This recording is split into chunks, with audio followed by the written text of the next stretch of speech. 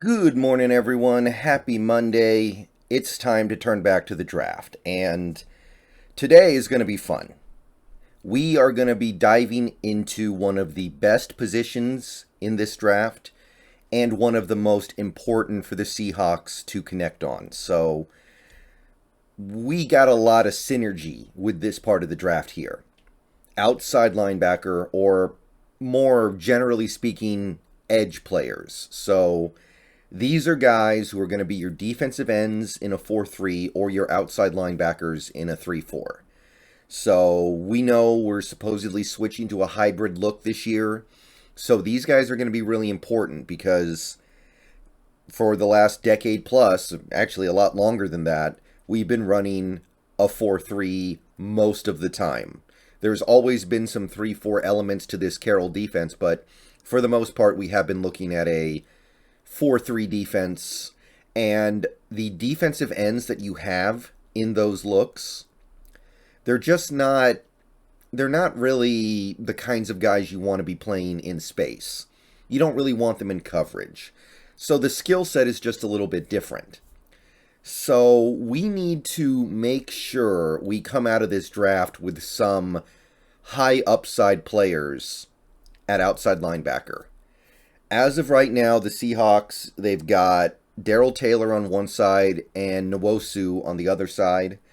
And that's fine. I like Darrell Taylor a lot. I think Nwosu's going to be all right. But you definitely need more. You need way more than that. You need some depth. You might need somebody better than Nwosu to be a starter over Nwosu. And I like Darrell Taylor a lot. I believe in him, but we don't yet have confirmation that he's going to be some Pro Bowl type pass rusher from the outside edge. So we need to make sure that at some point in this draft we address the edge because this is a really good crop of edges, especially from the point of view that you need 3-4 outside linebackers.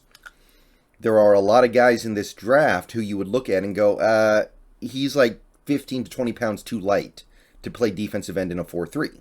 So that makes it kind of perfect to be running a 3-4 now. So with that being said, let's start with just the guys who are going to go in the top 50 in all likelihood. So today's video is going to be just for 6 players who I think will go in the top 50. And all 6 of them are very reasonably targets for the Seahawks in this draft. So we're going to need more than just 2 videos to get through all the guys in this crop, but it's a very nice crop. All right, first up, we've got Kayvon Thibodeaux. I've already spoken about him at length because the Seahawks seem to be really intrigued by him. Most of you guys already know who he is because he played at Oregon. He's 6'4", 254 pounds, logged a 4.58 40 and 27 bench presses. Very impressive combination of strength and speed. To be perfectly honest, his best season was probably in 2019 when he exploded onto the scene with 35 tackles, 14 for loss. I mean, are you kidding me? And 9 sacks, 3 pass deflections. 2020, the numbers are still good, but obviously as a player playing in the Pac-12 in 2020, you just don't get to play that much. So given the fact that he only got to play, like, what was it, not even half a season's worth of games, pretty good. And then 2021, 49 tackles, 12 for loss, 7 sacks, 2 forced fumbles. Still good. Still really good. And Thibodeaux is a guy who is definitely coming to the table with his talent on display more than his numbers. This is a guy who you look at and go, wow, this guy could be so much more than he was even in college. And he was good in college. And because of that, you can see the big boards. Everyone has him in the top 10. CBS has him number 2. Walter Football has him number 10. Everyone else has him somewhere in the middle. So we would be fortunate for him to fall to number 9, period. And the stuff to like about Thibodeaux is very obvious. He's a very explosive athlete. Absolutely explodes off the edge, gets by offensive linemen in a flash. He's relentless. He's not just somebody who's going to give up on the play if he can't beat the offensive lineman with his first move. He's going to keep fighting, keep fighting, keep fighting until he gets to the quarterback. Also effective against the run. He's perfect for a 3-4 outside linebacker. You don't really want this guy playing with his hand in the dirt a lot. I think he's a little too light. But if you have him playing in that 3-4 outside linebacker role, it's great. And he does have a good motor. I know there have been some questions about him taking the occasional play off at Oregon, and I'm not going to completely dismiss those, of course. But I do think he overall has a good motor in terms of not stopping until the whistle blows. The issues with Thibodeaux would be the technique concerns. He's a guy who wins on athleticism right now. He's a guy who will just depend on his tremendous speed and burst and get off to win. He needs to pick up a little more technique when he starts going up against the better offensive tackles in the NFL. There are some questions about his mentals. He kind of had a weird combine. He showed up talking about some NFT or cryptocurrency he was going to start. And people were kind of wondering, why is this guy's mind on this stuff right now? And he does need a little more experience. Overall, I would be very happy to make Thibodeaux our first pick in this upcoming draft at number 9. I would be actually very satisfied with that. I think the mental stuff is something that's going to go away as he gets a little bit older. He's obviously going to get more experience and pick up more technique as he plays. So I'm not too worried about any of that. Thibodeaux would be awesome. Okay. Next guy is another guy you would probably have to spend number 9 overall on. Jermaine Johnson of Florida State. 6'5", 254 pounds, ran a 4.5840, basically the same as Thibodeaux in terms of his raw athletic profile. He only had one big season in college football, but it was a big one. 70 tackles, 17.5 for loss, 11.5 sacks, 2 forced fumbles, 2 pass deflections. On the back of that 2021 season, he did play some before 2021, but the production was very, very low. You've got places like the Draft Network and Sports Illustrated that say he's in the top 10, ESPN as well. Tankathon, Walter Football say in the teens, and PFF and CBS have him near the bottom of the first. But I do think this guy is probably I'm going to say a top 20 pick and probably a top 15 pick. If you want him, you will probably have to use number 9 on him or maybe do a slight trade down. Now, the 2021 season kind of speaks for itself. 11.5 sacks, 17.5 for loss. Huge production. His impact is consistent from snap to snap. He's somebody who is constantly involved in every play. He's got a lot of pass rush moves, and they're very difficult to deal with. This is somebody who can win a little bit more on finesse and technique. He's also very intelligent with how he plays against the run. He's not somebody who's going to leave his run lane wide open because he's going for the splashy play. He's strong enough to hold up against the run as well. And he's a good finisher. He's not somebody who struggles to finish the play. He's good at getting the ball carrier down on the ground. He's good at actually getting the sack at the end of the play, not just getting pressure. So Jermaine Johnson, there's a lot to really like about this guy. I know that he's not considered to be the same tier as Thibodeaux, but I do like Jermaine Johnson a lot, and after seeing the way he improved massively in 2021, I would be comfortable making him our first pick. The issues with Jermaine Johnson are just that he's only got 1 year as a full-time player, so there is a little bit of a lack of experience here, but I don't mind that so much because we have time to kill, and he could stand to be a little bit stronger. I don't think he's weak, but he doesn't have a great bull rush. He is somebody who wins with his moves more than his strength. He could stand to get a little bit stronger, but he's young. He probably will. I mean, he's only had 1 monster season of production in college football. So that's Jermaine Johnson. Let's move along to Travon Walker. This guy, it's kind of difficult. I don't know about the fit, but we have to talk about him because he's such a hot prospect. By the way, Travon Walker starting to get a little bit of buzz as somebody who could go in the top 3. Kind of out of nowhere lately, there's even some talk he could go number 1 overall, which kind of makes me wonder if I should even talk about him. I mean, I'm not talking about Hutchinson in this video because I know he's never going to be available at our pick. But to me, Travon Walker, I still think he could be available at number 9. So 6'5", 272 pounds, still ran a really nice 40, 4.5, 6.893 cone, freakishly fast, nice 20-yard shuttle, 4.32. So despite carrying extra weight, he moves really well. Kind of like Jermaine Johnson, he only has 1 year of significant production, and geez, um, it wasn't that big. 33 tackles, 7.5 for loss, 6 sacks, and 2 pass deflections. So it wasn't exactly a first team All American type season. It's a good season, but you are more looking at his physical abilities than you are what he actually did on a football field. Now, that has given him a universal top 15 grade because they can see the freakish ability here, the combination of size and speed. So you've got Walter Football that has him number 1, which I don't agree with that, of course, but it's notable. And Sports Illustrated, Tankathon, ESPN, they have him top 10. CBS is the lowest on him, and they have him at number 15. So this is definitely a guy you would have to spend number 9 on. And I don't know if it makes sense for this team with the direction they're going in, but let's talk about the player. Great combination of size and speed, like I said. 270, runs a 4.540. You don't find that often. He's versatile. There is reason to believe that he could play in a hybrid defense. He's an explosive pass rusher. He's got great get-off. He's got great bend. Great speed off the edge, just in general. He's absolutely going to be able to beat tackles going around the edge. He uses his tremendous length for additional power in beating offensive linemen and shedding blocks. He's also good against the run, and he does move well.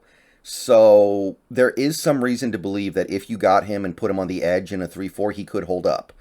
However, one of the issues I have is that he might be a little too heavy for it. He is 20 pounds heavier than you would like, maybe 15 pounds. It's pushing it a little bit. He does need some pass rush finesse. He is somebody who, like Thibodeaux, wins mostly with his ability. He can get stuck on blocks sometimes, and he's going to need a little bit of time to develop. Now, that's fine. We have time, but I don't know if we have time for this guy. So that's Travon Walker. He's somebody I'm off a little bit now just because I'm not sure about the fit. He might be a 4-3 guy more than a 3-4 guy. All right. Next up, we're going to talk about a tragic story here in the form of David Ojabo. So this guy was somebody that Seahawks fans were really starting to circle the wagons on at number 9. And then the dude went and tore his Achilles at his pro day. And suddenly, Seahawks fans are circling the wagon on him maybe being there in the 2nd round. So David Ojabo might be one of those guys who is a clear top 10 talent who falls out of the top 10 because he's a little too raw, and then he falls out of the 1st round because of a massive injury. Somebody's probably going to benefit tremendously from this, but it might take a year or two. In the case of Sidney Jones, it took several years. But David Ojabo, he's got that outside linebacker size, 6'4", 250 pounds, 4.5540, 20-yard shuttle was 4.45, not amazing, but fine. He only really has 1 season of significant play, but it was good. 35 tackles, 12 for loss, 11 sacks, 5 forced fumbles, which is pretty remarkable, and 3 pass deflections. So he had a monster 2021, and most of the big boards had him in the bottom end of the 1st. Like Sports Illustrated had him 17, ESPN, Walter Football, Draft Network, PFF. They had him in that range. 2 places have him in the early 2nd at number 40. I think most of these big boards, however, were done before the injury. So because of the Achilles tear, Ojabo is almost certainly going to be there in the 2nd round. And he might even fall a little bit through the 2nd round. So the Seahawks may have multiple chances to get him.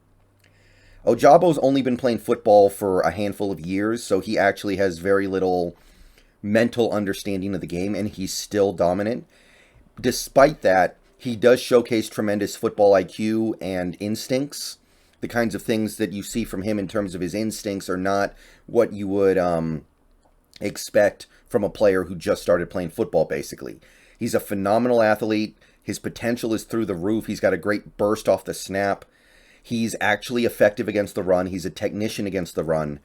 Able to win on, again, like I said, he's got a good mind for the game, which you wouldn't totally expect from a guy like Ojabo, who kind of just started this. If you draft him, he will need some time to recover from the torn Achilles, and then he might need time on top of that as just a pure pass rush specialist. He is going to need to develop. There's no doubt about that. And because of that, combined with the Achilles, some teams are going to be put off. But if you're willing to wait a few years, you might get something really special. Boye Mafe is the next target here, Minnesota. This has been one of the success stories of this offseason. This is a guy who was considered to be a third-round pick coming into the offseason. I think during the season last year, he was like a fifth-round pick. Now it seems to me he's going to be a second-round pick. He's going to be a top 50 guy. 6'4", 261 pounds, ran a 4.5340, really nice combo of size and speed.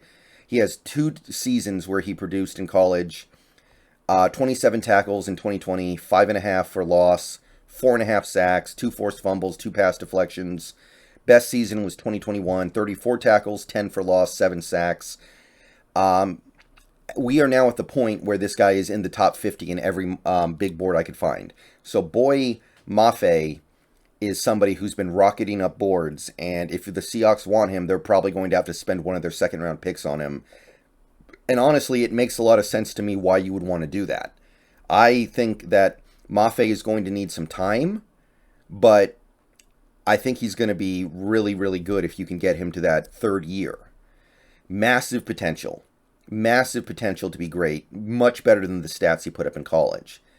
Excellent in space. He's somebody who can drop into coverage on those, slant covers, and somebody who can maneuver through traffic to get to the ball carrier. He's explosive off the snap. He's got powerful hands. He can convert speed to power really well. Just running into somebody and using the combination of speed and strength to just bowl them over. He can slide off blocks. He doesn't get stuck on blocks a lot. He shows signs of being able to utilize good technique and finesse, even though the amount of experience that he has is still limited, and that does occasionally hold him back. So I do think that with time, he will develop into somebody who's really good at using his mind to win battles. The issues with him would be that he's going to need some time. Mafe is another guy who I think he's played football since like maybe his junior year of high school, so he's still learning some stuff. He is a little bit inconsistent overall. I think that's something that will come as he progresses as a player in terms of his age. And he does have some balance issues, I think. Sometimes he can get put out of balance by going a little too aggressively into a move and kind of getting tricked by the offensive lineman. If we don't take Thibodeaux in the first round, I think Mafe becomes one of our primo targets in the second. Because he's probably... maybe we're even getting to the point now where he won't be there. But if he is there and we didn't take Thibodeaux or Jermaine Johnson, I think Mafe is very likely the target.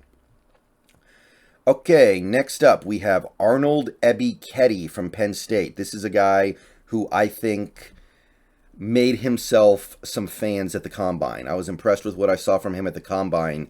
Before the Combine, I wasn't sure. But he showed me some stuff there. Penn State, 6'2", 250 pounds, nice outside linebacker 3-4 size, 4.6540, not as good as some of the previous players, but still perfectly fine, 21 bench presses. He has 2 seasons of significant production in college. I think he transferred from Temple to Penn State. 2020, he had 42 tackles, 8.5 for loss, 4 sacks, but it was the 2021 season that put him on the map as a top 50 guy. 62 tackles, 18 for loss, 9.5 sacks, 2 forced fumbles. It was on the strength of this season that has him in the top 50 of every big board except for Walter Football. So Ebiketie, very likely to be a top half of the second round guy. And I think he would be a great fit for this Seahawks defense going forward into this hybrid. So he's fast off the edge. I know he didn't have the best 40 time, but he is very quick in getting out of his, getting off the line of scrimmage at the snap. He's great attacking the backfield. That's most of what he did at Penn State. They just said, okay, we're going to open up gaps for you. Go attack the backfield. And he was great at it, making plays on running backs and quarterbacks. When he did the coverage drills at the Combine, he did awesome. So there's no worry about him not being able to handle the occasional coverage responsibilities of an outside linebacker in a 3-4. His speed off the edge should translate immediately. to allow him to have a contribution as a rookie as mostly a pass rusher, but that's okay. The issues with Ebiketie would be, as a rookie, I think he'll be good, but you're definitely going to need to keep his role simple. It's going to have to be like, okay, it's third down, it's a passing down, go out there, get to the quarterback, get pressure, get sacks. It's going to have to be very simple. He is going to need to get a little more nuanced as a run defender, I think. You're going to have to give him a year or two before he's able to be a 65 to 70% snap player. But I do think he will be able to find a way to contribute as a rookie just based off the pass rush abilities. And that's it for this video. Those are the 6 guys who I think are going to be top 50 selections. I think 3 of them are going to be in the first round. It's possible all 3 of them are not there when we pick, honestly. Thibodeaux, Jermaine Johnson, and Walker would not shock me if they all went top 8. I doubt it, but I wouldn't rule it out. And then you have Ojabo, Mafe, and Ebiketie. To me, those are the 3 top half of the second round guys. So I like all these guys a lot. This is a great crop. Let me know who you like the best. Let me know who you're targeting. Did I miss anybody? If I did miss somebody, look for them in the video tomorrow because I'll probably talk about them then. But see you guys later, and go Hawks.